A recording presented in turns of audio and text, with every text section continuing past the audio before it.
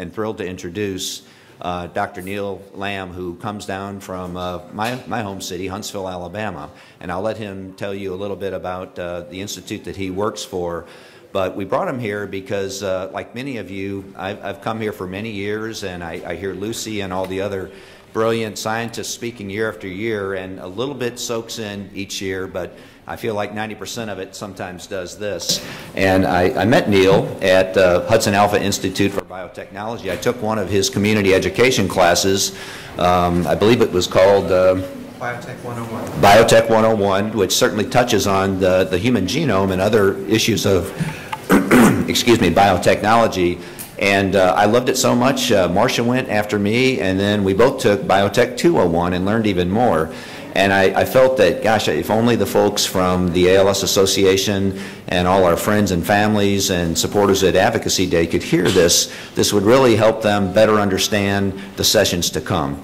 So it's my pleasure to introduce Neil Lamb. We really thank him for taking time out. He's actually up here in D.C. for an NIH conference, and they were gracious enough to let us borrow him away for a couple hours to talk to us.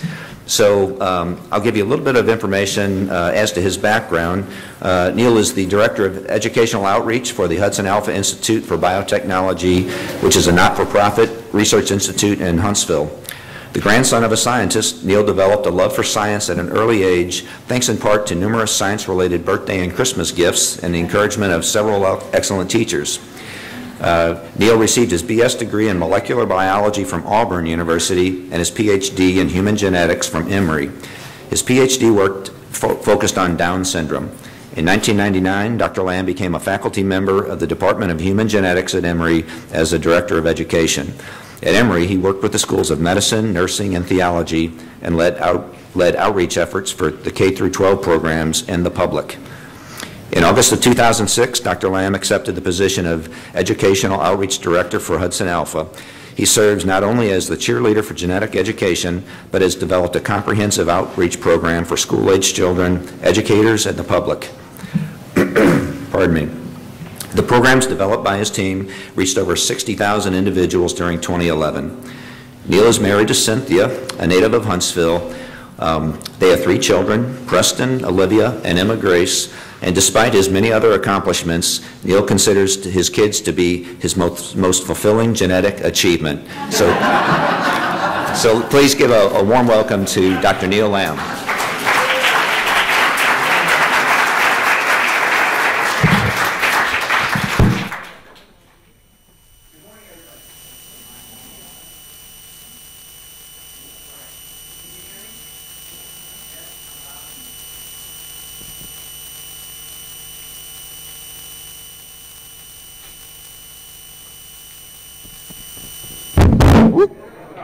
All right, everybody's awake now. All right. So Stuart, thank you. Thank you for that introduction. It's a real honor to be with you today. We're going to make this really informal.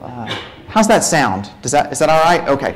We're going to make this really informal. I'm going to stop periodically and ask questions. We'll have some mics that we can pass around. I want to make sure that you don't walk out of here with basic concept questions unanswered. This is a part of an education. I love education. I love genetics. I love education. And I work at an incredible place called the Hudson Alpha Institute for Biotechnology, which is in Huntsville, Alabama.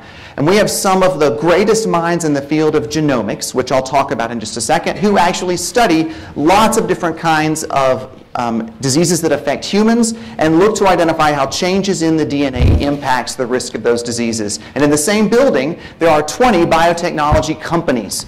And the idea is that as scientists make discoveries that have potential applications, there are companies in the building that can work with them to turn those ideas into reality. And then at the same time, education is a strong focus of the Institute. So it's one of the 3 main pillars of the mission statement. So my team gets the incredible privilege of creating education programs really from preschool all the way through adults across the entire state, and then looking at how we expand those out across the nation.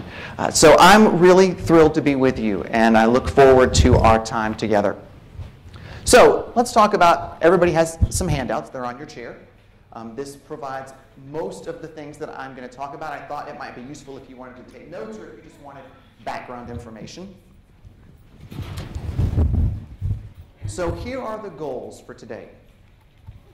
I want you to gain familiarity with basic concepts in genetics and genomics, especially as they link to ALS.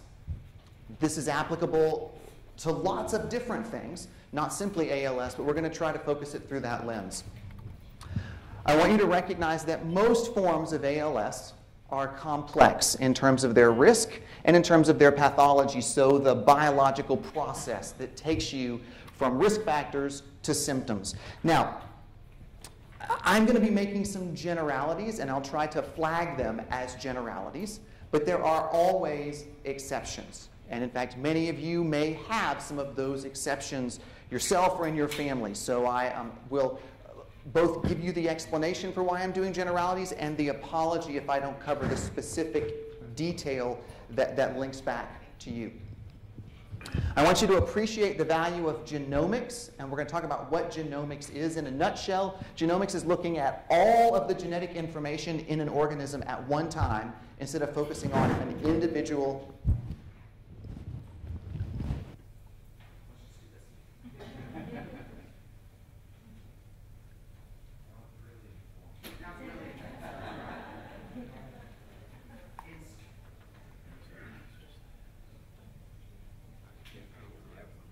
There.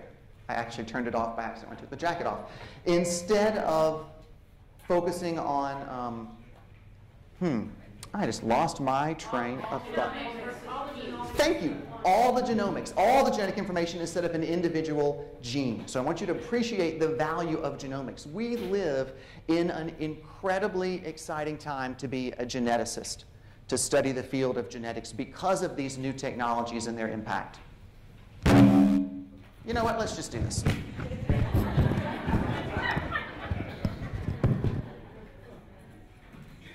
right, if I talk at this level, does this work for you? Does that work? Okay. I think it might be easier for you just to hear me a little louder than to hear all the clinks and chinks and everything else that goes with it. I want you to prevent painful high school biology flashbacks. I do not want to see anybody coward. I want to make this as pain-free and enjoyable as possible. All right, so let's start with a video. And I'm going to come stand over here to make sure that the volume's not too loud, to give us a sense of our bearings. Every organism, from the aardvark to the zebra, from the tiniest bacteria to the tallest redwood, has a unique set of recipes encoded in its DNA. Think of DNA as a book of life, and in that book are the recipes, or designs, of all living creatures. These recipes tell us what each organism is made of, how its cells function and interact with one another, and their environment. Let's take a closer look. Bacteria are single-celled organisms, while plants, animals, and humans are made up of trillions of cells organized into different functional systems, like leaves, skin, bones, and muscles. All of these cells contain DNA. DNA dictates how cells behave and to which functional system they belong. Okay, we're going to come back to this periodically, back to this series of videos. But in a nutshell, DNA is a recipe. So the analogy that I'm going to use for you is that I want you to think about a recipe book, a cookbook, that has a whole collection of recipes. Our DNA, our genome, is that cookbook. And individual recipes tell our body how to make things, how to function, how to behave. So let's look at a picture of the cell in a little more detail, because you've probably heard some things about the cells and about cell parts. So we're going to focus a lot of our time on the nucleus. That's kind of the command center. That's where our DNA lives. We'll come back to that in just a second. You also have probably heard a lot about mitochondria. The mitochondria produce energy. They are the energy producers for the entire cell. They use a complicated process called oxidative phosphorylation that uses electrons to drive energy to make the cell's energy in the form of ATP. So ATP is the currency for our mitochondria that makes our cells run. There's endoplasmic reticulum and Golgi apparatus. We're not going to spend much time on this, but this is how your proteins get made and packaged in this. Now, this is kind of a prototype cell. It would probably make more sense if I showed you something that looks more like this. It looks like a motor neuron. So here's our long axon that connects one part of the neuron to the synapse down at the other end. Here is our nucleus in yellow. This purple that surrounds it is our endoplasmic reticulum, and I've got lots of little mitochondria scattered throughout. So whether we're talking about the prototype cell or this type cell, all the same components are basically there. The structure may be different, but whatever cell we're talking about, and in multi-celled complex organisms, whether we're talking about the rat or the worm or the human, we all have these same basic components. Okay, so let's come back to our cell. We're going to focus right here in the nucleus. So this contains the DNA, those white strands right there. You inherit half your DNA from your mom, and you inherit half your DNA from your dad. Half comes into the egg, half comes in the sperm. And this DNA is packaged in the form of chromosomes. So we have 46 chromosomes typically in humans. And they're grouped in pairs, so you have 23 pairs. One of each pair comes from mom, one of each pair comes from dad. And you can actually take a cell, drop it onto a glass slide, the cell bursts, the nucleus bursts, the chromosomes scatter, and you can stain it with a dye that turns part of the chromosomes dark and part of the chromosomes slightly less dark. So you end up with these bands of light and dark. You can appreciate some of that on these. Those of you in the back, I apologize, you might not be able to catch that. And based on the size of the chromosome and the specific banding pattern, you can determine what part of this chromosome, which chromosome you're dealing with. Now, a long time ago, people that focused on this are called cytogeneticists. And a long time ago, before LCD projectors, when we had transparencies, I'm told that cytogeneticists, anybody remember transparencies? I'm told that cytogeneticists, when they would get together for their meetings, in the evenings, after the meeting, usually with a bar nearby, I'm trying to choose my words carefully, they would play a game where they would put tiny fragments of a picture of a chromosome on a transparency and try to guess what chromosome it came from. It's kind of like Name That Tune, Name That Chromosome fragment. Some of you may be really impressed by that, and some of you are now totally convinced that that's just sad. So we've got our 23 pairs. When they talk about this pair right here, the X and Y, this determines gender. So your sex chromosomes come in two flavors, X and Y. If you're a female, typically you have two X's. If you're a male, you have an X and a Y. Now let me give you a higher resolution view of these. Now, your chromosomes are not generally blue and yellow. These are false colored, just to differentiate them. Do you see anything different between the X and the Y? Yeah, so here's the Y. Here's the X.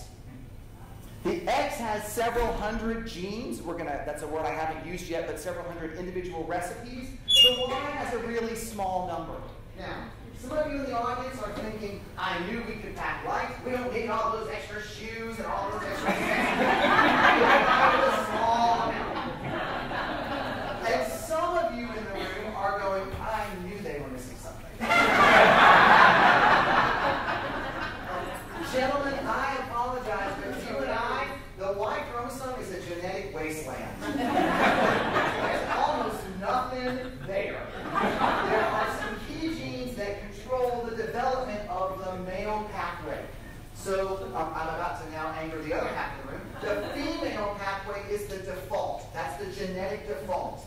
If you have a Y chromosome and you have a specific gene called SRY, it triggers the development of a male pathway. There's not a whole lot of other stuff on there. There's maybe a few genes involved in sperm development, but that's it. The Y chromosome is pretty much desolate. So let's move on to safer ground and away from the Let's now imagine that we could zoom in to the nucleus and that we can actually zoom into our chromosomes. And our chromosomes DNA, very tightly compacted. So let's imagine we could zoom in and take a look at it. So we'll pick back up with our video. DNA is complex, but we can think of its shape as a tiny twisted ladder. The molecular rungs on the ladder contain the genetic information for each strand of DNA. Okay, so DNA, twisted ladder. This is that kind of iconic image that we're all familiar with. So DNA has this very twisted shape. We kind of untwisted it. And the very first thing you can see, and again, in real life, your DNA does not have 4 colors in it. It just makes it easier for us to distinguish. You can see that the rungs, there are 4 different colors: yellow, green, and blue, and red. So now we'll keep on going. We've highlighted in color each of the 4 kinds of rungs, called bases, to make it easier to see the way each strand is encoded. Each base is paired with another base consistently, allowing the information to be read from either side of the ladder. So let's further simplify our illustration by removing one side of the DNA ladder. The 4 bases, adenine, thymine, cytosine, and guanine, create sequences of DNA in much of the same way words are made up of sequences of letters. As we look at the pattern of bases in half of our DNA ladder, you'll notice the matching pattern in our book of life. Only 1% of the roughly 3 billion rungs of the human DNA ladder are organized into genes. These genes, roughly 20,000 of them, are recipes for all the proteins that make up the human body, like insulin, which helps regulate the body's use of sugar as fuel, hemoglobin, which helps red blood cells carry oxygen everywhere in the body, and collagen, which serves as the building block for bones and other structures in the body. Okay, that was a lot of information packed in that little video. So let's break this down in a little bit smaller, more manageable chunks. Is my volume still okay? Those of you in the back, you can still hear me? Okay. All right, let's start with size. DNA is tiny. The DNA molecule is 80 billionths of an inch wide. So that scale doesn't mean much to me. So let's imagine that we're going to scale up DNA from 80 billionths of an inch wide to about the size of a pencil, maybe a little bit smaller than the width of my pointer. So if we scale everything up so that my DNA is as wide as my pointer, let me just pick out a few of these. A red blood cell would become the size of a 1-story house if DNA was as wide as my pointer. This is my favorite one. The height of a human, and we can pick someone like me who's vertically challenged, is about the distance from New York to Los Angeles. If the DNA inside every cell of that human is scaled up to be as wide as my pointer. So, I mean, DNA is tiny, first of all. There's a lot of it. If I could take all those really, really thin fragments in one cell, all 46 chromosomes, and connect them end to end, I have about 6 feet of DNA. So there is a lot of DNA packed inside that cell. So DNA has this structure. We've got these 4 different rungs. We're going to abbreviate them by the first letter because we like abbreviations in the world of science.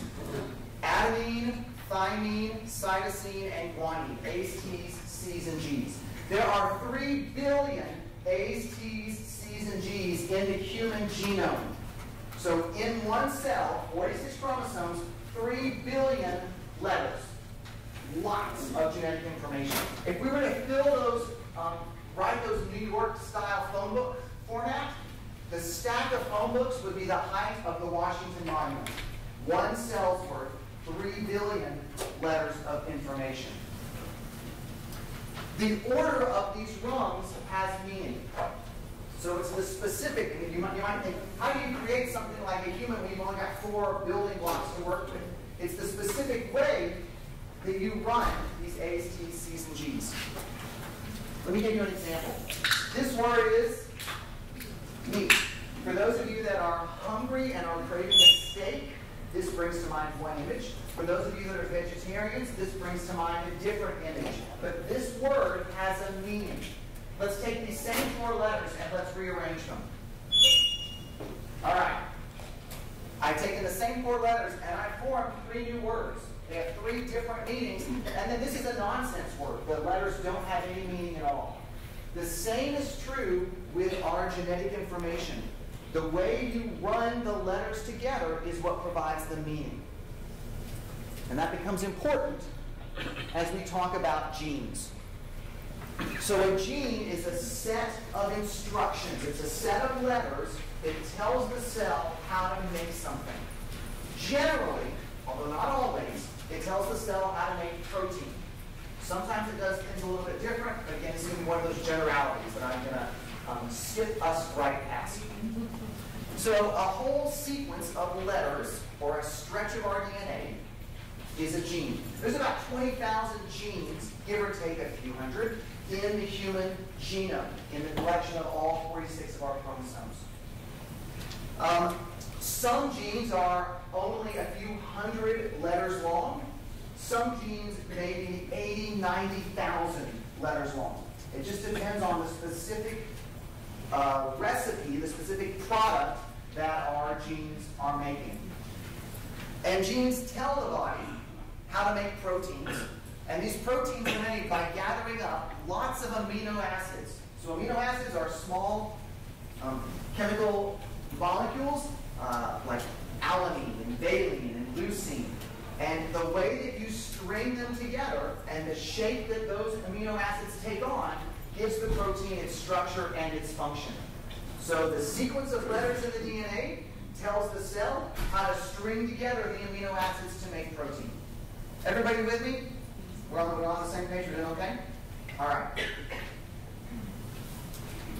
So there are two genes, hemoglobin beta and hemoglobin alpha 2, that together make proteins that group together to form hemoglobin.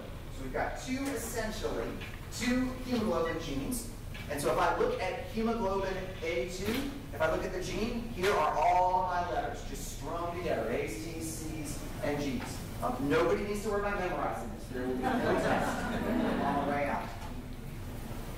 So those are genes for hemoglobin. Let's take a look at the genes for eye color. So how many of you remember in maybe high school talking about big B, little b, and brown eyes and blue eyes? Two blue-eyed parents can't have a brown-eyed child, and blah, blah, blah. Well, we had a really simple, naive understanding of eye color at that point. Here are the genes that we know influence eye color. So you can see right away there's 6 of them. There's probably a few more. These are kind of the key players. The main player is this gene right here, OCA2. These genes all influence how much melanin shows up in our eyes.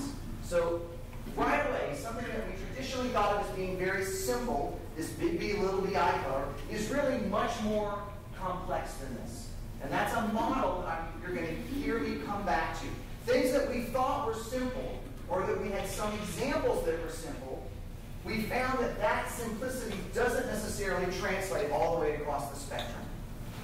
In ALS, some of the things that we thought were very straightforward, found mutations in superoxide dismutase and SOD1 in that gene and thought maybe that's going to be the explanation. Much more complicated than that. Multiple genes involved, multiple environmental factors. Many individuals with ALS are going to arrive at symptoms through a different combination of genetic and environmental risks. So think about the eye color example as this concept of it's more complex than we thought. Not every cell needs all of the same genes. So I've got 20,000 recipes to choose from, and skin cells need a different set of proteins than neurons need. So there are some genes, some recipes that are going to be the same because all cells have to bring in nutrients, have to get rid of waste. When they reach a certain size, they have to divide, they have to replicate their DNA. So there are going to be some genes that are going to be commonly activated or turned on. And there are going to be other genes that are going to be very specific to each individual type of cell. So I want you to recognize that there's this whole process when you start with a fertilized egg, and then you go to a newborn baby. As these cells divide, and as they group themselves into specific tissues and organs, they're turning on and turning off specific sets of genes that make the recipes, that make the proteins that those cells need to carry out their function. Okay, let's stop there and let's see if there are questions from any of the stuff we've talked about. Cells, chromosomes, the structure of DNA, the DNA codes for proteins, proteins are made of amino acids, any of that. Any questions? Don't be shy. So in computer programming, they talk about I's and O's, ones and zeros. It's very similar as on or off. Yes, so in computer programming, when we talk about the system's binary, ones and zeros, it is similar in the fact that it's a code, and you have to interpret the code. The complexity comes in that, and I'll reference this a little bit later, when we get to the whole process that takes us from gene to protein, it isn't simply an on-off switch. There's a whole host of dimmer options in between and changes in the message, in the recipe, that potentially lead to slight variation in the product as well. Just briefly, would you re-explain the protein and amino acid? Sure. So just briefly, when I re-explain the protein and the amino acid. So our DNA, our genes are our recipes. They tell our cells how to make the proteins that we need. Things like hemoglobin, insulin, collagen. The building blocks of the proteins are amino acids. So the way that you string together hundreds or thousands of amino acids in a specific order determines the shape of the protein, how the protein functions, how other things bind to the protein. And that specific way the amino acids are strung together is the information in the genetic recipe. So the cell, we'll cover this in just a second, but the cell essentially reads the information in the DNA and uses that to figure out which amino acids get put in which order and how they get assembled. Others? All right. Let's keep on going. So what does DNA tell us?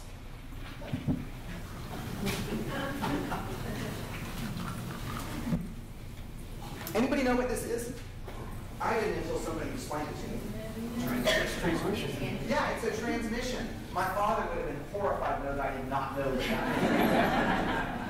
But that's a transmission, and this is the parts list for the transmission.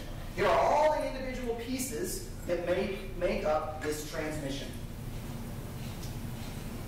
Not right now.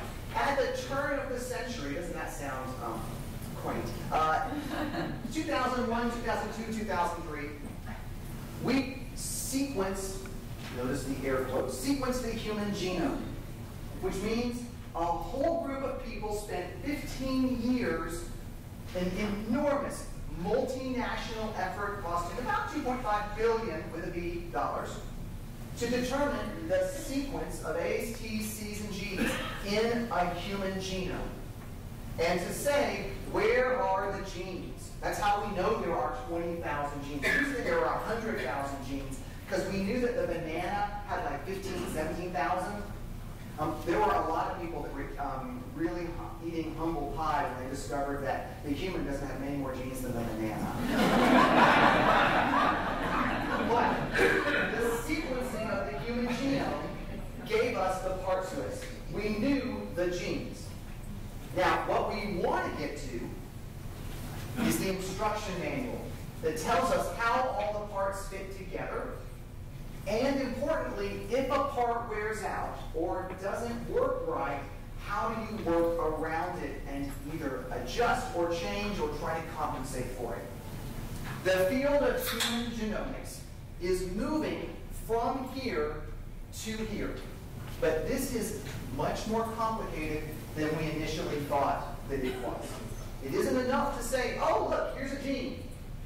You have to know what cell is it active in? What protein does it make? What cell needs that protein? What are the signals that turn that gene on and turn that gene off? What is the function of the protein? How does it interact with others?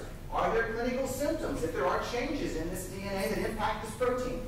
So this is a slow process, much slower than I think most of us would like it to be. We are moving in this direction, but we are not here yet. But I think that concept of moving from parts to instruction manual is valuable for us to think about when we think about the world of genomics and biological research. So let's talk about some findings about the genome. So I told you the genome is the collection of all the DNA in a cell of an organism. So there's a yeast genome. There's a fruit fly genome. There's a dog genome. There's a corn genome. This is the human genome. This is amazing to me. 1%, about 1% is the genes. 99% of those 3 billion letters are not genes. Now, in our great scientific wisdom, we used to call the rest of it junk. It's actually far from junk. There's an entire project that many scientists around the world are working on. It's the Encyclopedia of DNA Elements, and the goal of this project called ENCODE is to look at all the bits of information in our genome and determine, all right, if this is a gene and this is not a gene, does this have a function? And it looks like a lot of what we used to call junk really does have a function in terms of regulating how and when our genes are activated. So stay tuned for what all those pieces look like. So the other 99% we think is mostly regulatory. I like this one. Any two humans on the planet, if I take any two people, let's say that I take the Aleutian Eskimos and I take the Yoruba population from South Africa, and I take their DNA and I look at the A's, T's, C's, and G's, they're different by less than 1%. So we are much, much, much more similar than we are different. We tend to be really good at classifying differences in the way we look at things. But in reality, there's a relatively small number of things that make us different from each other. Now, less than 1% of 3 billion letters is still a lot of change. So there's a lot of individual variation that influences things like eye color, hair color, body shape, susceptibility to disease. But in general, we're much, much more similar than we are different. Some of these differences are a single rung, a single letter long. Others of them are thousands of letters long. So the types of variation really is different. And you might think initially that the size of the variation correlates with the severity of the consequences. But that's not necessarily the case. Depending on where you are on the genome, you can lose several thousand letters and have no clinical symptoms. Or you can change one letter and you have sickle cell anemia. So size does not always correlate with clinical severity. So what happens when the DNA changes? So we're going to use this analogy of a cookbook. By the way, this is a great cookbook, The Science of Cooking. For those of you that really want to dig into why your eggs are runny sometimes, or why your chocolate chip cookies are flat or chewy or spread. So we got lots of genes, which are the recipes. We've got all the intervening sequence, and in a cookbook, this would be how to set the table appropriately. What wine might you choose with this food? What's the best way to ask, the best cut of beef to ask your butcher for if you're doing, X, Y, Z? So those are the non-recipes. And then the products would be what you're actually cooking, or in this case, in most cases, it's our proteins. So we're going to jump to an analogy with a recipe for chocolate cake. And what happens is you change that recipe, and then we'll come back to, in a genetic recipe, what does that look like? Let's take a detailed look at the impact of changes in the recipe for our chocolate cake. Here's our recipe, which calls for brand A flour. Replacing brand A with brand B makes no noticeable difference. A more noticeable change would be replacing chocolate frosting with strawberry frosting. The flavors have changed and the cake looks different, but the recipe still results in a cake. If we make a change that dramatically alters the recipe, like deleting flour from our list of ingredients, the results, well, can only be described as cake-like. Dramatic results also arise when small changes are combined. Small changes to the recipe, like a little too much milk or not enough flour, individually won't affect the cake, but together they lead to a gooey mess. Okay, some of you recognize this because you've had cooking experiences like I have. But we have change in the recipe. Sometimes it's completely unnoticed. So let's say that I'm cooking and I choose to substitute swan's down flour for white lily. Now my grandmother swears by white lily, but in reality there's probably not that much noticeable difference. That's really a silent change. Then there's a change like the chocolate to strawberry. It's still a cake, right? Still a cake. It's just a different flavor, a different version of the cake. And then there are changes like leaving out an ingredient or milk or flour combined differences that lead to a cake that no longer functions as a cake should. So I want us to think about those types of changes as we now look at what changes in DNA might do. So let's take our book of life, our genetic recipe book, and let's look at some changes in that recipe book. So there are lots of changes in DNA that are completely silent, no noticeable effect at all. Some of these are even changes inside the recipe, not just changes in the non-gene region. Some changes are part of normal variation. This is our strawberry chocolate cake analogy. These are called polymorphisms. Many forms. These are part of normal human variation. Part of the typical variation we see across humanity on the planet is making differences in eye color, in hair color, in skin tone. And then we have changes that are mutations that have a harmful connotation. Now, do we have any biology majors in the audience? Okay, so I know that I'm about to break a major biology rule because in biology, traditionally, any change in DNA is a mutation. That's the definition. I'm going to use a medical genetics definition which talks about the consequence in determining a mutation versus a variation. So a mutation is something that leads to a harmful effect. Now, this gets tricky because the boundary line here gets blurry. So let's imagine that we're talking about genes that are involved in height. And there are probably about 100 genes involved in height, maybe more.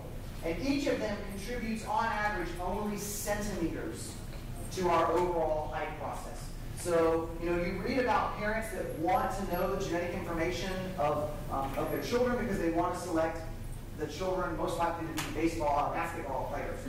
Or can I select a set of embryos because I want the basketball player? Well, there are hundreds of genetic pieces you would have to look through. It's really, really complicated. I would not go down that road. But what do you do when you have individuals that are at an adult height 4'3", 4'4"? At what point is a polymorphism a mutation? It's very much at that sense in the eye of the beholder. The deaf community, there are many mutations, there are many changes, see, I did it myself, many changes in the DNA that lead to hereditary forms of deafness. And there are many in the deaf community that say this is not a disease, this is part of the spectrum of human hearing, and I am not diseased. I have my own language. I have a very rich and vibrant community. So it becomes very tricky when you have conversations here. And there's a lot of emotion that's charged in how we look at ourselves as carrying specific genetic changes and their impact on us. I recognize that. But I wanted to give you this kind of spectrum of lots of different kinds of change. The DNA change is most commonly due to errors in replication. So every time your cells divide, you have to make a completely new copy of that Washington monument-sized stack of phone books. And I don't know about you, but I would have a whole lot of errors if I had 20 minutes to do that. Our bodies are amazing in their fidelity and their ability to correctly make the right replicate and catch errors, but not all the errors get caught. And so sometimes one of the daughter cells contains a genetic change not present in the original parent.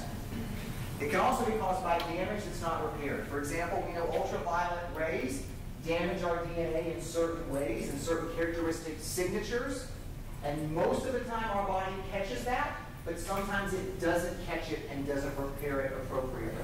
Now, most of what I've talked about, changes in as our cells divide, those are not changes that get passed on to the next generation. That only happens if those changes occur in the cells that become egg or sperm cells, and if that particular egg or sperm is part of a fertilization event and leads to a new life. So much of the genetic change doesn't get passed on. It's acquired, but it is not inherited. But some of it is. Some of the estimates are that, we have somewhere between 10 and 40 genetic changes in us that were not present in our parents. Changes that came in the egg or the sperm. And if they came in the egg or the sperm, they now become part of the ancestral, part of the lineage going on.